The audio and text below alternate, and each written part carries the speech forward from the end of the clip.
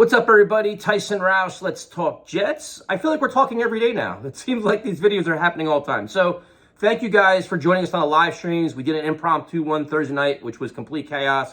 Tuesday show was off the rails. And thank you for watching our videos. We appreciate it. We dropped some new merch for another fundraiser. So I did a video before this. Please feel free to check that out. So it's nice to talk about some things on the field for a couple days. So you have Jets Broncos, 4-2 Jets, 2-4 Broncos in Denver, which usually is a very difficult place to play. You have the altitude, you have the crowd noise. It's just a tough spot. But now it's like the Broncos are struggling, man. The coach is under duress. I mean, the coach, people want him fired. Russell Wilson's not playing well, and he's hurt. Then you have the high-flying Jets who've won 3 in a row. Everybody's pretty much, kind of buying into them. The Elijah Moore saga is one thing, but I think you put that, on the back page for day. I don't think it's not going to matter on game day, especially with him being inactive, which I'm glad they did that. Denzel Mims gets brought up, so that's a positive. I'm not sure how much Denzel Mims will play. I mean, you could probably feature him on some deep routes, stuff like that. But I think you'll probably see more Jeff Smith and Berrios than anything else. But if you look at this matchup, it's really interesting because you have two very good defenses. The Jets defense is getting after it. Their pass rush has been relentless. They're good against the run. They have two very good corners that can make things miserable for a lot of offenses.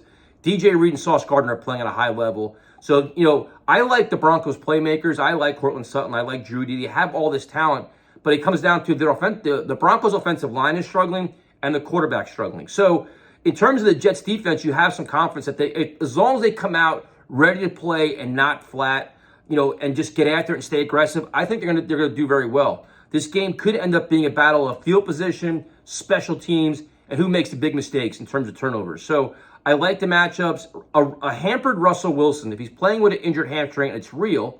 And by the way, how cringe is his commercials? These commercials, does Russell Wilson have an agent? I know he's making gazillions of dollars, but these commercials are awful.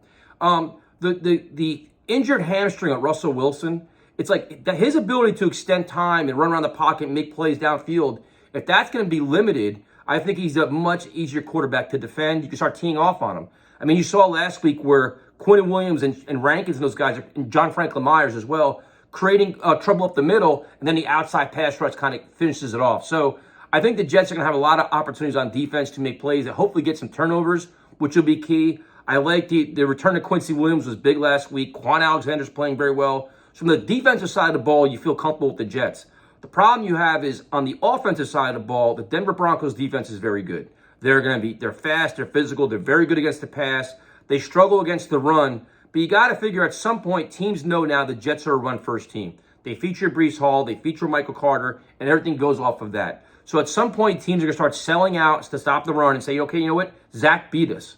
And can he do that, and how will the Jets handle that? This is going to fall on Mike LaFleur, use a lot more motion, feature tight ends more, use more screens. I feel like I say this every week, get the running backs involved because running the ball is one thing, and I like the creative game plan they have to run the ball. But if that slows down, what do? You have to adjust. And a lot of times the Jets are adjusting in the second half. Hopefully that starts sooner now. So I'm curious to see how LaFleur handles it, and I'm curious to see how Zach handles it. I don't like when Zach rolls out to the left. He seems uncomfortable. He seems like he feels pressed a little bit. To the right, he seems a lot more natural, obviously because he's going with the flow of his arm, but also he runs better too. He sees more. He takes off more. It's just maybe they got to figure out how to do that better. And obviously, I really think this could be a bigger game for guys like Conklin and Uzomah.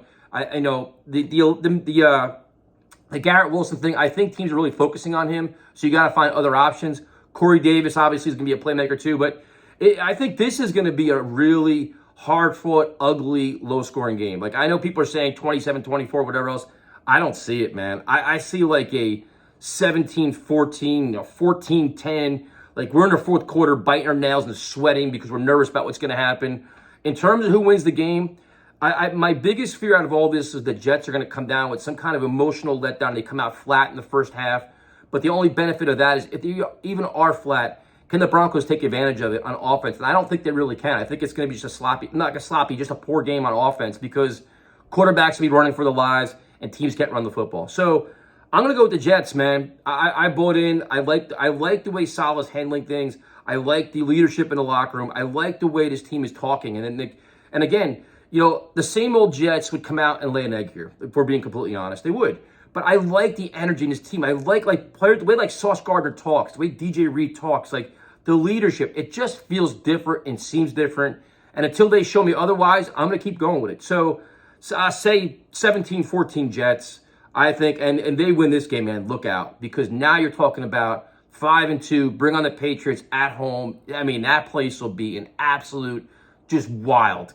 So hope it happens. So we'll obviously be live streaming for this, which is a 4 o'clock game, and that's it. So thanks again for watching. I'll talk to you later.